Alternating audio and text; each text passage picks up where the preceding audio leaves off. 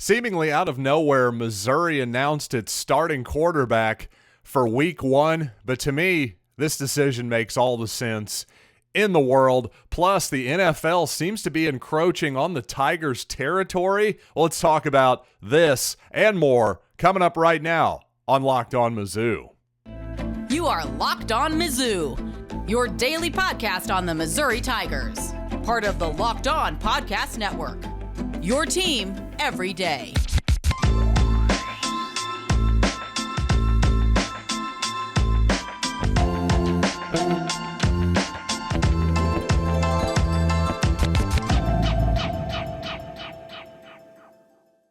Hey, all you true sons and daughters, I'm John Miller, your Mizzou mafioso and the central scrutinizer of Missouri Tigers football and basketball 5 days a week. And thanks for telling a friend that we are free and available on all platforms, including YouTube if you want to see me in glorious 1080p.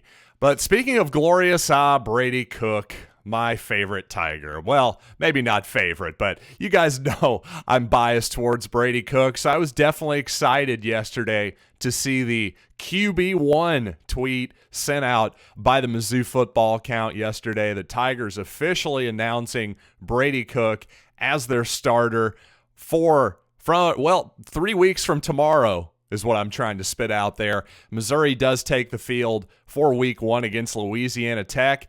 And I just think it's an interesting bit of timing here. I can't say I was expecting this announcement to come right then based on everything that Eli Drinkwitz had been telling us. And also his actions in the offseason seem to indicate that he was wanting a prolonged quarterback battle into camp. But apparently Brady Cook has won over the team, won over the room, if you will, and has the best skill set right now, at least, to be your Missouri starting quarterback. I always believed that was the case. I'm glad that Eli Drinkwitz has come to this conclusion.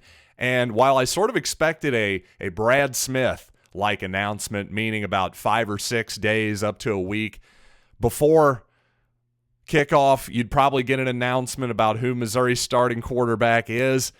But you know what? If Brady Cook is really the guy, and I think he has really strong leadership capabilities, well, let's hand him the keys right now. Let's announce it publicly because this isn't Illinois. You see, Missouri, for Brad Smith's first start, for all of you, it's easy to forget because Missouri ended up winning that game relatively comfortably. Missouri was a pretty significant underdog coming into that game. The Illini were coming off a Rose Bowl appearance the year before. The Tigers were coming off another 3-8 type campaign. Not much was expected of Missouri. So when the redshirt freshman quarterback, who, by the way, has a pair of legs on him that we've hardly ever seen before or since at this school, yeah, that guy took the Illini defense by surprise for sure. Whereas Brady Cook, well, we've seen him on film before. The element of surprise is not as important here. It's also not going to be as relevant, and it's also not going to be as important because hopefully you're going to beat the crap out of Louisiana Tech, right? Now, Missouri, I believe about a 20-point favorite last check over at betonline.net for week one. So I wouldn't say it's impossible that that's a relatively close game or maybe even an upset. I wouldn't say it's impossible. But if that happens, my goodness, you've got a lot of problems, and I don't think could be masked by simply covering your cards and not showing your hand at the quarterback position. So to me, the upside of telling everybody in the fan base, in the locker room, more importantly, that, hey, this is our guy, we're moving forward with him. And again, as I've said before, Brady Cook has a quiet confidence about himself, and that's not a small thing, especially at the quarterback position. You kind of have to be a leader of men at that position, and I think Cook has been around this program for long enough. He obviously, if you checked social media last night, he obviously has the respect of the most important teammates on this roster. So to me, hey, all systems are go. I'm excited to see what Brady Cook does under center in the shotgun formation for the Tigers. I think this is going to be an exciting year, and coming up, we're going to talk more about Missouri's projections, what the experts are thinking, what the advanced stats think about Mizzou. But before we get there, let's talk a little television for a second and some TV business news that directly affects the Tigers. Now, if you've noticed, there's been a lot of money being thrown around, especially during the streaming television wars era. Well, football is a huge part of that. ESPN, apparently the price for Big Ten football, just a piece of Big Ten football, has now gotten so expensive that even Disney/ESPN has balked at the price. Well, part of that is because you've got big-time players that previously were not in the broadcasting space. Most notably, Amazon are coming in, and, well, now Amazon Prime Video owns the Thursday night NFL package. Well, here's another deal that they're going for now. It appears that in 2023, not this coming year, but the following season, it appears that there's going to be a Black Friday NFL football game, and Amazon going to be paying something upwards of $100 million a year just to air this one football game.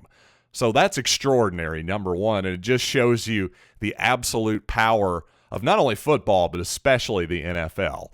Well, unfortunately, Black Friday, you can maybe see where this is going. Obviously, the last few seasons, Missouri and Arkansas have played on Black Friday. They've basically had a national TV audience in the afternoon all to themselves. Well, that's probably going to change. And if you thought, well, maybe the NFL will air this game on a Thursday night, on a Black Friday night instead of afternoon, well, there's a couple reasons that's not going to happen. Number one, legally, there's been a long-standing antitrust ruling that basically says the NFL cannot play games on a Friday night.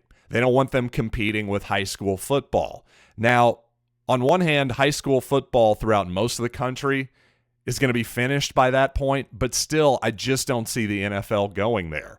And secondly, there's not a lot of upside for them to challenge that. If they can simply play in a Friday afternoon and usurp this antitrust ruling, well, why wouldn't they do that? Especially in a world where, guess what? Friday night is the absolute death spot for television. Friday night, Saturday night, with the exception of Saturday Night Live, can you tell me a lot of programs throughout the years that have been successful on either one of those slots? Well, yeah, I can't think of any either. So, therefore, I just don't see that happening for a couple reasons. Yeah, this definitely affects Missouri. I don't like it, honestly. Now, Missouri and Arkansas and whoever their television partner is, if it's ESPN in 2023, I'm not even sure. I don't know exactly who the partner for that game is going to be at that point. But whoever it is, I don't think they're going to want to move that game to a Friday night either. So perhaps this Friday tradition could be coming to an end. I just don't see that game being as attractive from a broadcast partner's perspective if you don't have that time slot essentially to yourself. If you're competing with the NFL, that's a tough road to hoe, and it's going to really severely impact the ratings for that game. So if come 2023, Missouri and Arkansas are no longer on a Black Friday, well, this is probably the reason. Blame Jeff Bezos. Now, your expectations for the 2022 Missouri Tigers certainly may vary, but let's take a look at what Football Outsiders has to say about Missouri. What's the range? What's the ceiling? What's the floor? What's the most likely outcome? Let's check it out. They're my favorite advanced statistical outlet. But first, I do want to tell you about LinkedIn Jobs. As fall comes around here, I know a lot of people are looking to hire, and there's certainly a lot of jobs available on the market right now. But the question is, how do you find the right people? Well, it's LinkedIn Jobs. It's quite simple because when you create a post there, you know that you are reaching your network and beyond to the world's largest professional network of over 810 million people with their tools like screening questions. Makes it so much easier to narrow your candidates down to exactly who you want to prioritize and interview and then hire. It's why small businesses rate LinkedIn Jobs #1 in delivering quality hires versus leading competitors. In fact, LinkedIn Jobs helps you find the candidates you want to talk to faster. Did you know every week nearly 400 million job seekers visit LinkedIn? Will post your job for free at linkedin.com/LockedOnCollege. That's linkedin.com/LockedOnCollege to post your job for free. Terms and conditions apply.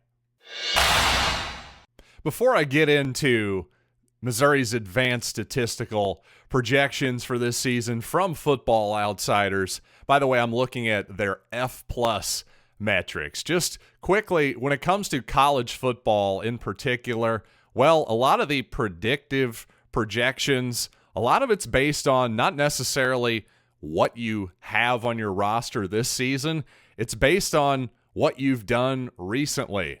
So in other words, hey, if you've been good the last few years, well, chances are you're probably going to be good again, and vice versa. Now, if you want to quibble with this, I would advise you to look at who's been in the college football playoff the last few seasons and who is in the top AP top 4 right now. Let's take a look. Oh, it's Georgia, Ohio State, and Alabama, notably. Weird. They're never in the playoff, are they? So there is some truth to all of this, but if you're a Missouri fan, there's still obviously reasons to believe that you can improve and things can get better.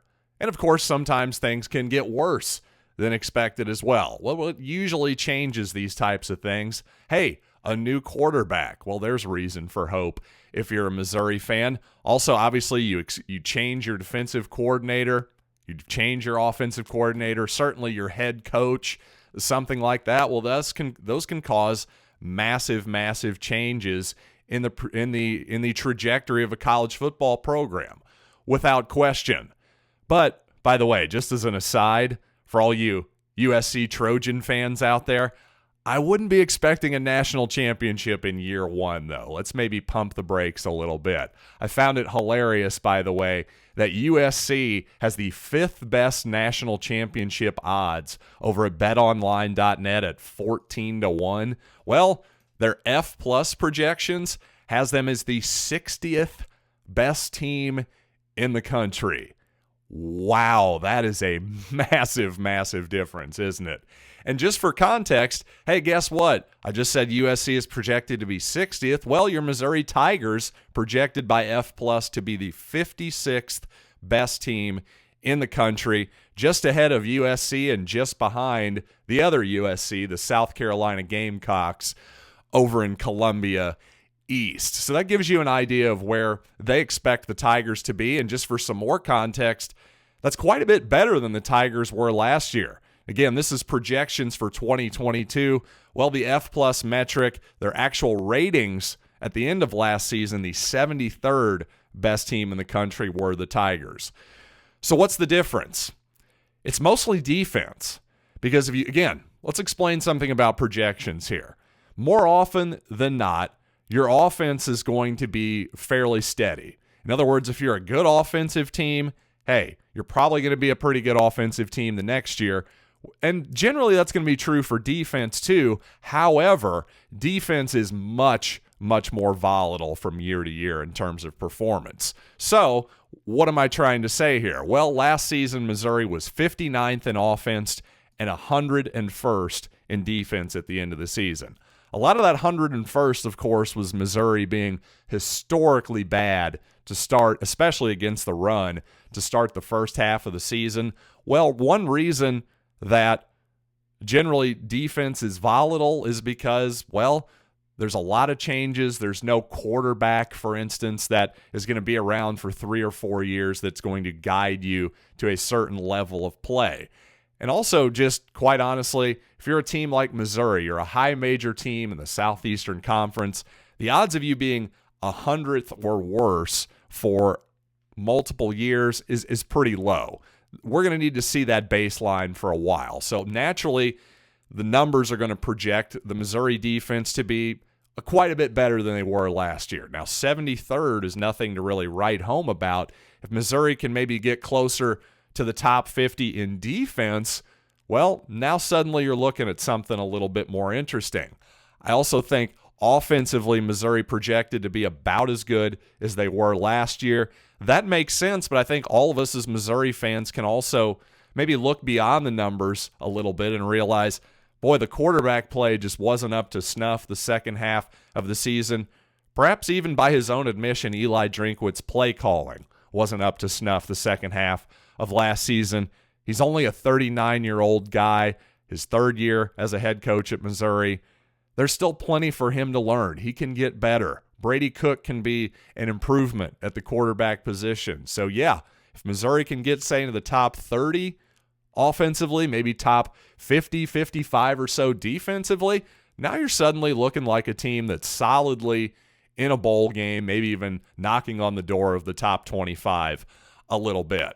Now, one of the first things I look at when I look at the Football Outsiders Almanac, I tend to get that book each and every year for the past decade or so. Well, I go immediately to your projected win probabilities. And based on Football Outsiders, the range, you've got 9-3 and 3-9 are your ceiling and your floor.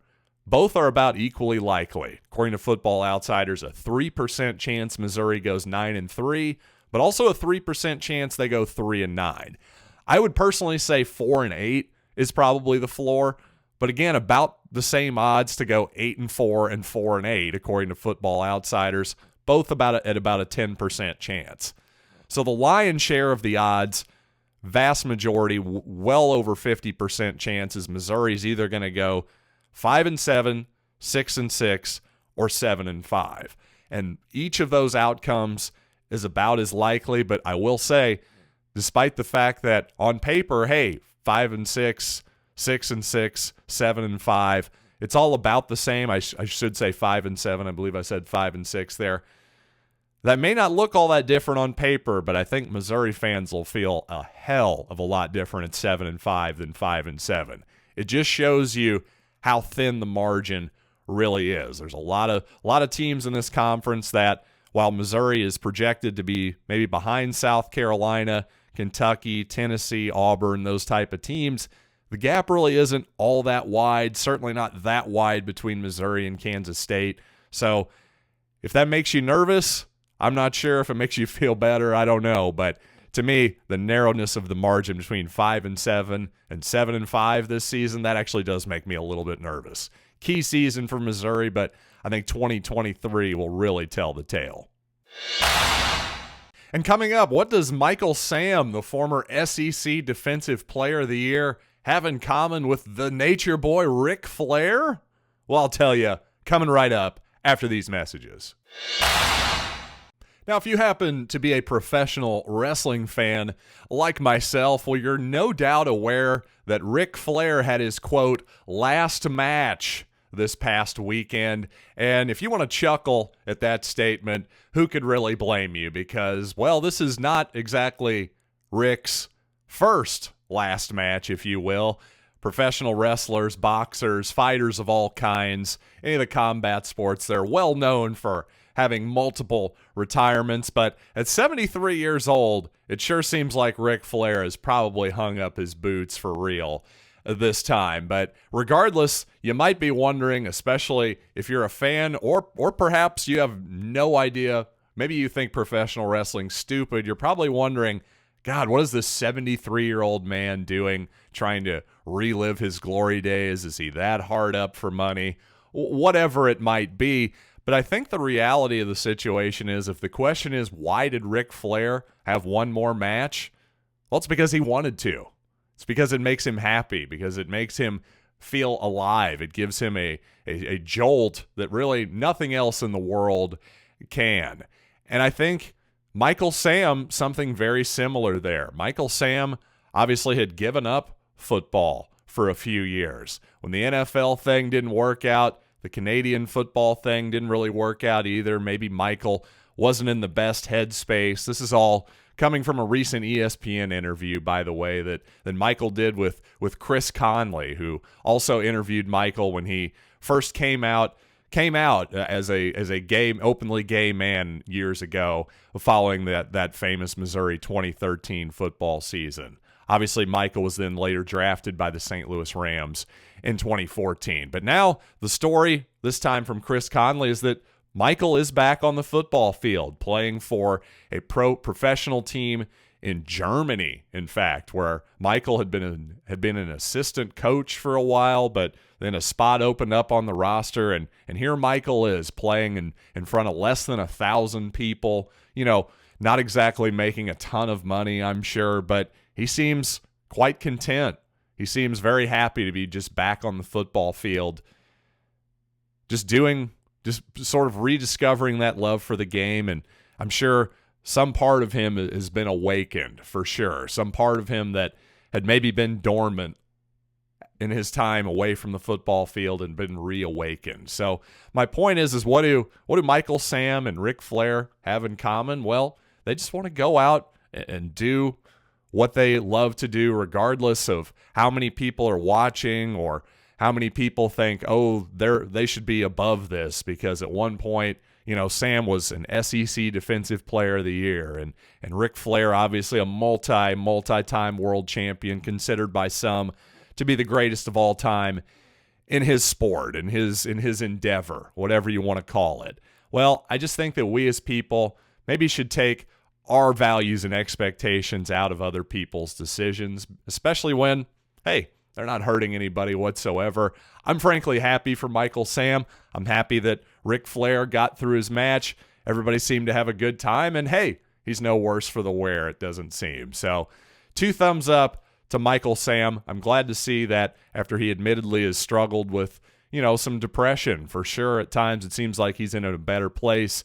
Obviously, that's a continuing deal for every human being, is trying to find sort of contentment, purpose, and all that good stuff. So, Michael Sam, good luck to you. I know as a Missouri fan, really enjoyed watching your progression as a football player, a guy who was a walk-on at one point. I just remember thinking, this Michael Sam, he's turned into a pretty doggone good football player. And then all of a sudden, gosh, I think this guy can start for us. And then by the time he's a senior, you're going, holy crap, this guy might be an All-American. That you just don't see that kind of progression very much. So really, it was a joy watching Michael Sam play football. So I'm just really happy to hear that hopefully he's in a better headspace these days. And if that's by playing in front of 500 people in Germany, all the more power to him.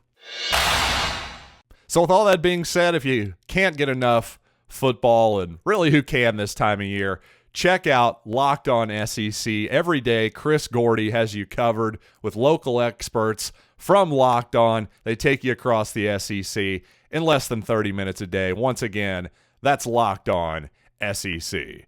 So until next time, I'm John Miller, and thanks for listening to Locked on Mizzou.